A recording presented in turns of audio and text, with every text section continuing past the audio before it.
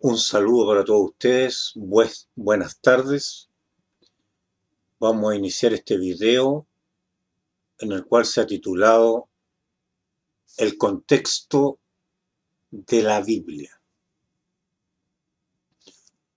La Biblia es un libro sagrado, la palabra de Dios, pero es un libro, el cual tiene un contexto. El hecho que esté dividido en capítulos y versículos, eso fue hecho por nosotros los hombres, para facilitar dónde encontrar ciertas partes de importancia, como un libro de notas.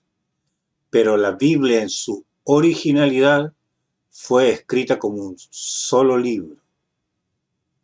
Cada libro que la componen es un libro completo con su contexto. Comúnmente hoy día nosotros se cita la Biblia un solo versículo y sobre ese versículo se hacen doctrinas y enseñanzas, lo cual es injusto y errado, porque el versículo está sacado de su contexto y nosotros lo interpretamos de la manera que el versículo quiere decir lo que nosotros queremos decir,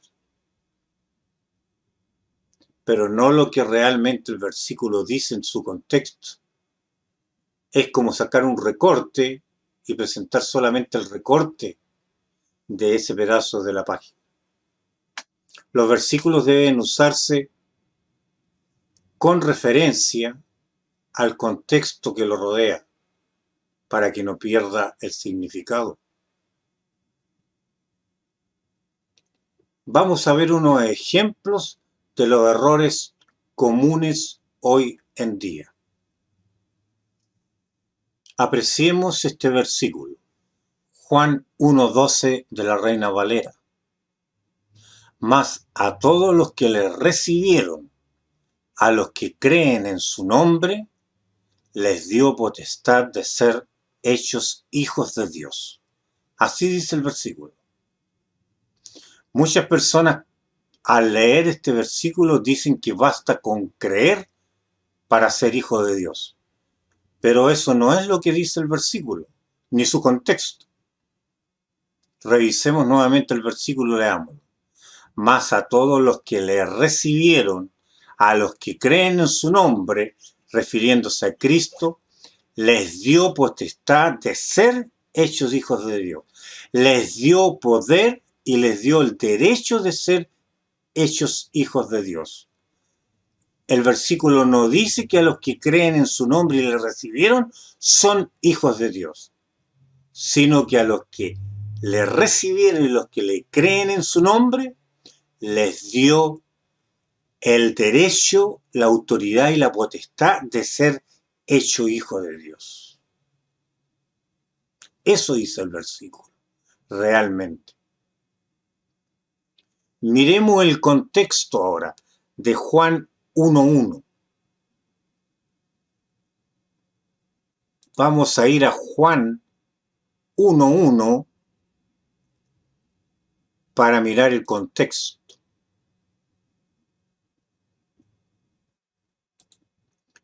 Vamos a marcar acá Juan 1:1.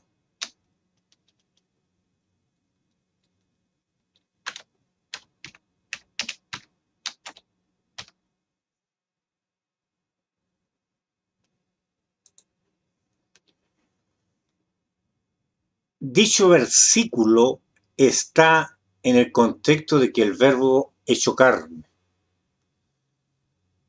Dice lo siguiente: en el principio era el verbo y el verbo era con Dios y el verbo era Dios. Este era en el principio con Dios. Todas las cosas por él fueron hechas y sin él nada de lo que ha sido hecho fue hecho. En él estaba la vida y la vida era la luz de los hombres. La luz en las tinieblas resplandece, y las tinieblas no prevalecieron contra ella. Hubo, aquí dice, un hombre enviado de Dios, el cual se llamaba Juan. Este es Juan el Bautista. Este vino por testimonio para que diese testimonio de la luz. El verbo que era Dios es Jesucristo, y la luz es Jesucristo, a fin de que todos creyesen por él. No era él la luz. Está diciendo que Juan el Bautista no era la luz, sino para que diese testimonio de la luz. Por eso Juan el Bautista fue el profeta que anunció al Mesías. Aquella luz verdadera que alumbra a todo hombre venía a este mundo, refiriéndose a Jesús el Cristo. En el mundo estaba, y el mundo por él fue hecho. ¿Por qué? Porque Cristo era Dios, y Dios hizo todo el mundo. Pero el mundo no le conoció. ¿Por qué? Porque fue rechazado Jesús. A lo suyo vino, el mundo era de él porque él lo creó, y los suyos no le recibieron.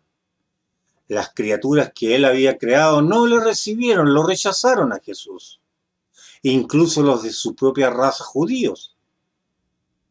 Y aquí dice el versículo que estamos estudiando, viendo. Está inserto en este contexto. Mas a todos los que le recibieron, o sea, no lo rechazaron, a los que creen en su nombre, a los que creen que era el Mesías, que el Hijo de Dios, que es Dios encarnado, les dio potestad de ser hechos hijos de Dios. Les dio un poder, les dio autoridad para que se hagan hechos hijos de Dios. Refiriéndose a estos hijos de Dios, los cuales no son engendrados de sangre ni de voluntad de carne, ni de voluntad de varón, sino de Dios. No se está refiriendo que son hijos engendrados con un papá y una mamá, como somos todos engendrados, sino que es un engendramiento espiritual esta autoridad que da.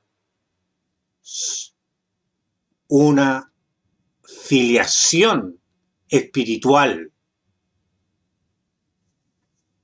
Y aquí el verbo, refiriéndose a Cristo, fue hecho carne, se hizo persona Dios en Cristo, y habitó entre nosotros y vimos su gloria, gloria como del unigénito del Padre, lleno de gracia y de verdad. Juan dio testimonio de él y clamó diciendo, este es de quien yo decía, el que viene después de mí es antes de mí, porque era primero que yo. Porque de su plenitud tomamos todos, y gracia sobre gracia, pues la ley por medio de Moisés fue dada. Esa es la ley del Antiguo Testamento que fue entregado al pueblo de Israel. Pero la gracia y la verdad, porque Cristo es un regalo que viene. Y Él viene con la verdad, vinieron por medio de Jesucristo. A Dios nadie le vio jamás. El unigénito Hijo que está en el seno del Padre, Él le ha dado a conocer. Nadie le ha visto a Dios en su plena gloria jamás. Pero para ver a Dios tenemos que ver a Cristo, porque Él es Dios hecho persona. Ahora, ¿cómo se adquiere esta autoridad de ser hecho hijo de Dios?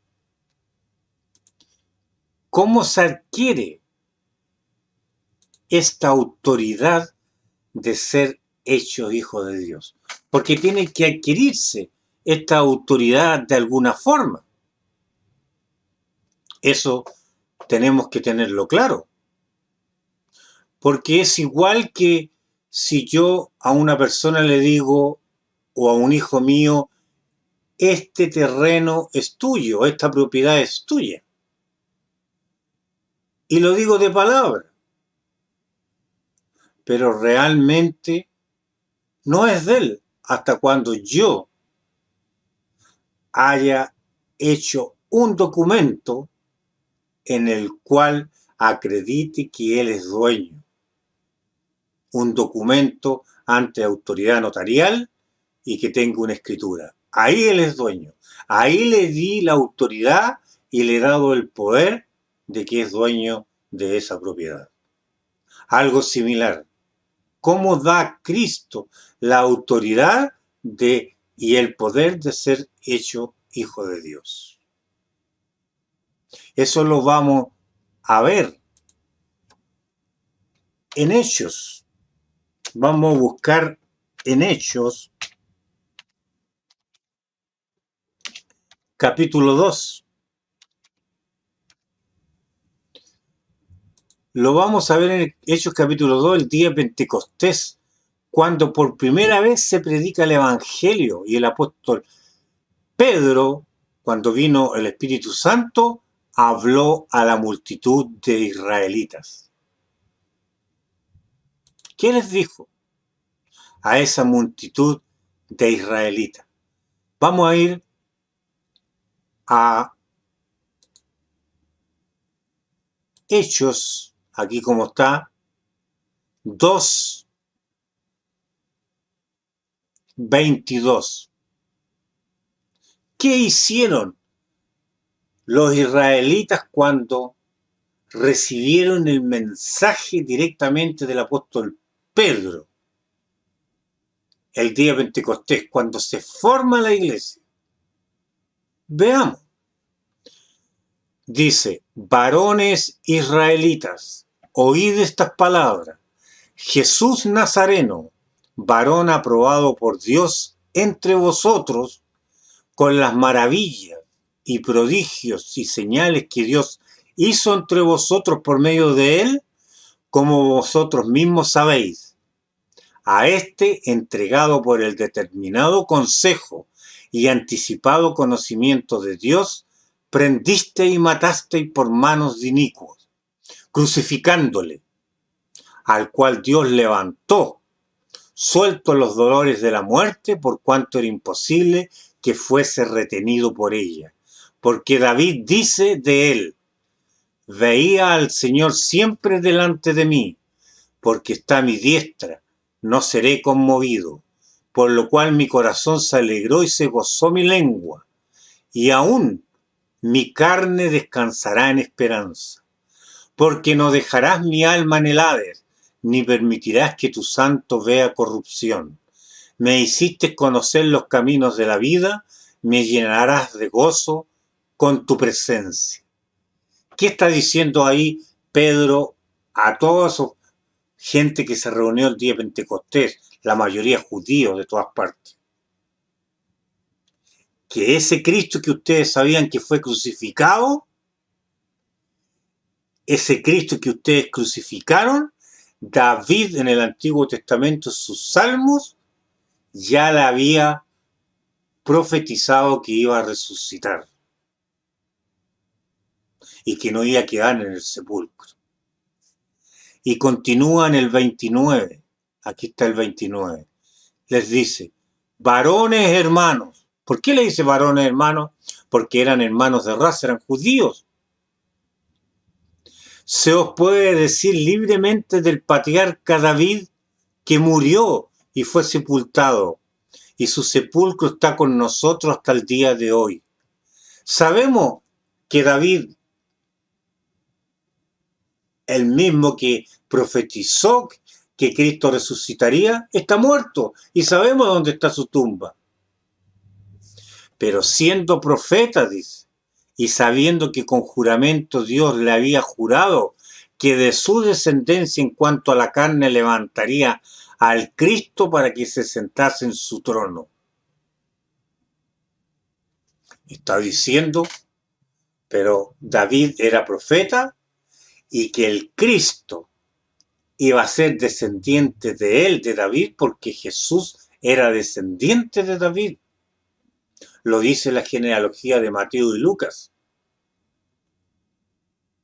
Y él, anticipándolo, viéndolo antes, habló de la resurrección de Cristo, que su alma no fue dejada en el Hades, en el sepulcro, ni su carne vio corrupción. O sea, él no llegó en la tumba y llegó a descomponerse, a hacerse esqueleto. A este Jesús resucitó Dios, de lo cual todos nosotros somos testigos. Así que exaltado por la diestra de Dios y habiendo recibido del Padre la promesa del Espíritu Santo, ha derramado esto que vosotros veis y oís. El Espíritu Santo el día de Pentecostés y esas maravillas que estaban haciendo los apóstoles hablando en diferentes idiomas. Porque David no subió a los cielos, pero él mismo dice, no fue David quien en su salmo escribió de él que subió a los cielos, sino que dice, dijo el Señor a mi Señor, siéntate a mi diestra hasta que ponga a tus enemigos por estrado de tus pies. Cita un salmo de David. Sepa pues, dice, ciertísimamente toda la casa de Israel, le está hablando a donde se inició la iglesia, en Jerusalén, que a este Jesús a quien vosotros crucificasteis, Dios le ha hecho Señor y Cristo. Él es el Mesías, al que ustedes crucificaron, le está diciendo el pueblo reunido. Al oír esto se compungieron de corazón. ¿Qué les pasó a los presentes? Sus corazones se compungieron, se entristecieron, que habían hecho una maldad, que habían crucificado al Mesías. Y dijeron a Pedro y a los otros apóstoles, varones hermanos, ¿qué haremos? ¿Qué haremos? Le dice la típica pregunta. ¿Qué haremos si hemos cometido este gran pecado?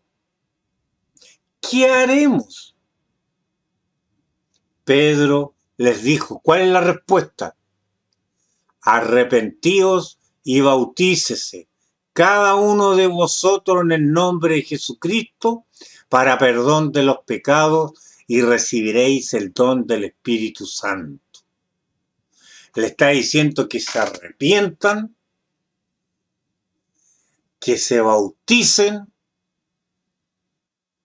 en el nombre de Él para que sus pecados sean perdonados. Y ahí recibirán el don del Espíritu Santo. Porque para vosotros es la promesa y para vuestros hijos y para todos los que están lejos, para cuanto el Señor nuestro Dios llamare. Porque esta es una promesa para todos los que Dios llamare y los que se acercan a Él. Y con otras muchas palabras testificaba y le exhortaba diciendo, sed salvos de esta perversa generación. Así que los que recibieron su palabra, ¿qué pasó? Fueron bautizados y se añadieron aquel día como 3.000 personas. Y perseveraban en la doctrina de los apóstoles, en la comunión unos con otros, en el partimiento del pan y en las oraciones. ¿Qué hicieron cuando reconocieron que habían cometido el pecado de crucificar al Cristo? Se arrepintieron, se compungieron de corazón, creyeron en Él, lo aceptaron como Mesías y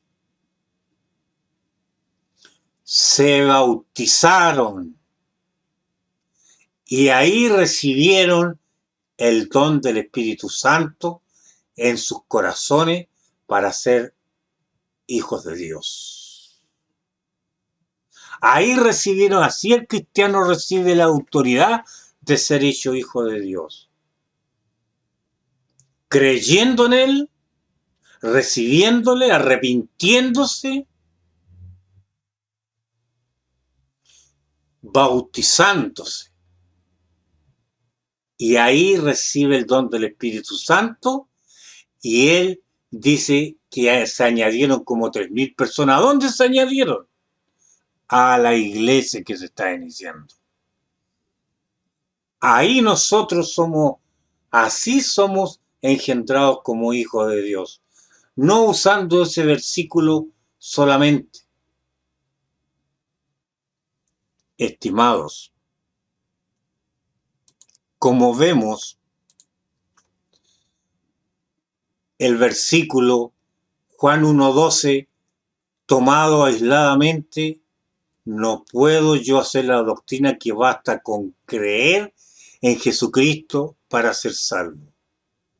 Tengo que creer, recibirle, creer que es el Mesías, arrepentirme de mis pecados y bautizarme por inmersión. Y Él me dará el Espíritu Santo y me agregará a la iglesia que me tiene preparado. Ahí yo tomo la autoridad y el poder de ser hijo de Dios. Espero, estimados oyentes que han visto este video, que podamos entender la Biblia en su contexto y no de un versículo hacer una doctrina completa, porque la Biblia es un conjunto de libros en los cuales está en un contexto. Si sacamos versículos de su contexto para afirmar doctrina, estamos intentando o estamos haciendo que la Biblia diga lo que yo quiero que diga y no lo que ella está revelando. Muchas bendiciones, que les vaya bien y que estén junto a Dios y Cristo. Muchas gracias.